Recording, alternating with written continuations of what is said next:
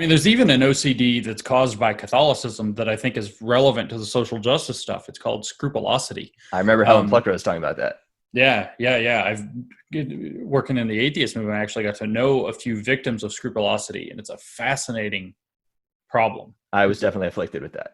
Well, I don't know. Did you come in a Calvinist tradition? No, it was, I mean, they claim to be non-denominational, but Okay. all of the pillars of what like kind of guidelines for here's what you have to do in order to determine your eternal fate were still there. I mean, I could have found that more or less on my own, and I was going to give it the most literal reading to try to give myself a predictable order.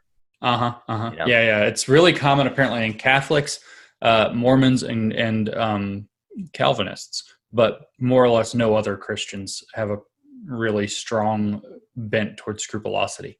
Yeah. Maybe if you start getting into like the Adventists and these kind of like other groups, but I don't know. Yeah, I don't follow it too much. I imposed on myself the most rigid interpretation of anything because the stakes felt too high to do otherwise. So more of a personality thing than maybe the particular denomination or creed or anything like that.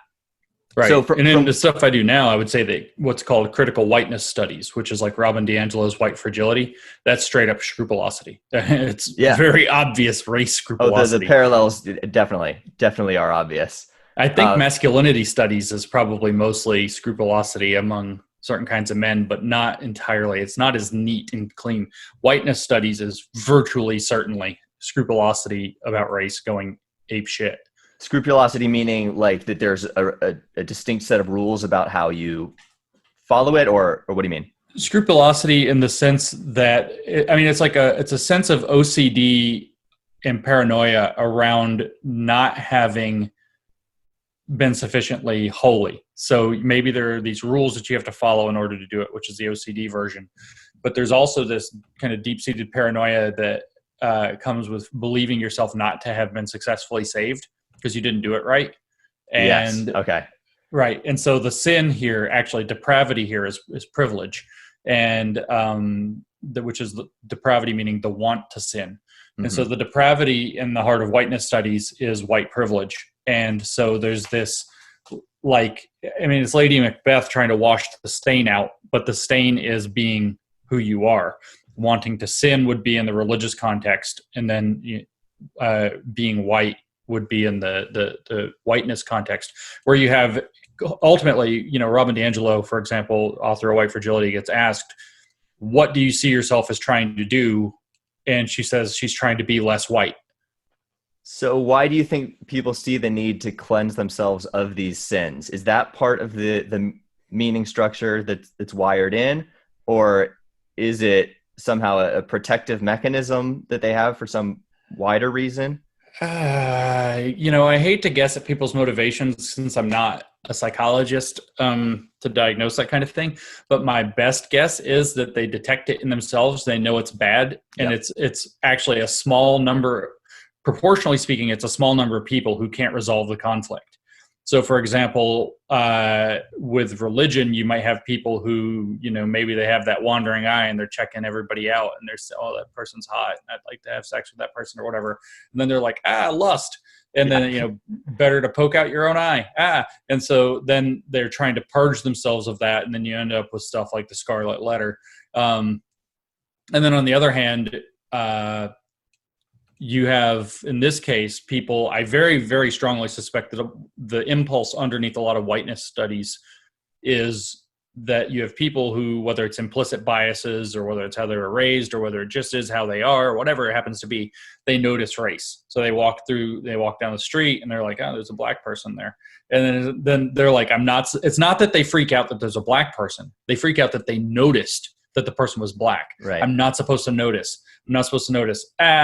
I'm a racist. And so then they go write 10,000 words about how color blindness is the wrong approach. And, and because it's the thing they can't achieve. Right. And then project that onto everyone else as if to say how everyone feels. So not a big Jungian, but what Jung called shadow projection for sure. It's like a small proportion of people don't know how to handle the conflict of being human and things happening that are in your head that are like moral transgressions. They don't even have to happen outside of your head, but then you've experienced this moral transgression that you perceive in your head and you freak out about it, about having done that. So, I mean, and again, I don't want to put Robin DiAngelo down or on the spot, but if you read White Fragility, she actually tells a lot of stories, and she tells at least 2 or 3 stories where it's like, well, that's definitely what's going on. It's like one of the stories she tells is she's at this work potluck, and it's at the park, I think, and she's been invited, and there are 2 groups. She gets out of her car with her food, I suppose, and there are 2 groups there. One is the work group, and one is like this group of all black people maybe having a family reunion or whatever they're doing. And she expresses how she had this moment of just absolute freaking out that she might have to be in the all black group. And it's like, lady, that ain't normal. And then you felt the need to write that in your book. Yeah, it's like, this overcompensation. That ain't normal. It's like, we can see what's going on here. And so, if we look back, if we're talking philosophy, we can look back to Nietzsche. Nietzsche said that a lot of the philosophers aren't really doing philosophy. Maybe he's talking about himself here too, which is really funny. They're just, they're rationalizing their own pathologies through their philosophy. Right. And then that turns into the ways that people live. And Nietzsche probably was just as bad as anybody about that, and which is kind of funny. And then you can see it everywhere. It's like we were talking about projection or shadow projection, if you will, where people are trying to rationalize their own, as they perceive them, moral failures and give explanation to them and then write them down as systems. And here we go. Yeah. White Fragility. I do wonder where the line is in terms of how much do they believe their own shit, and at what point is it a protective mechanism that they projected onto other people? So, at one point, and I think of this all the time, at one point, Christopher Hitchens, a very famous atheist character, was asked a question like, how sincere do you think these pastors are? Because do they really believe their own shit?